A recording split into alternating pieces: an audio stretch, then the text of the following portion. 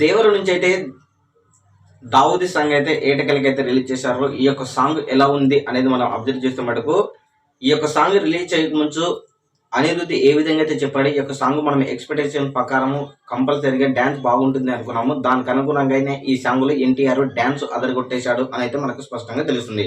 అదేవిధంగా జాన్వీ కపూర్ కూడా ఈ యొక్క సాంగ్ కి ఎన్టీఆర్ కు పోటీగా డాన్స్ చేసింది అనేది మనకు స్పష్టంగా గమనించుకోవచ్చు. అదేవిధంగా అనిరుద్ధ్ ఇచ్చినటువంటి ఈ యొక్క సాంగ్ కి మ్యూజిక్ అదిరిపోయింది అనేది మనము స్పష్టంగా గమనించుకోవచ్చు. ఇక రెండవ పాయింట్ విషయానికి వస్తే ఈ యొక్క సాంగ్ వచ్చేసి లొకేషన్ల విషయంలో కూడా అనిరుద్ధ్ మరియు అదే ఫోటోగ్రాఫర్ కూడా ఖచ్చితంగా జాగ్రత్తలు తీసుకున్నాడు అనేది మనము స్పష్టంగా గమనించుకోవచ్చు.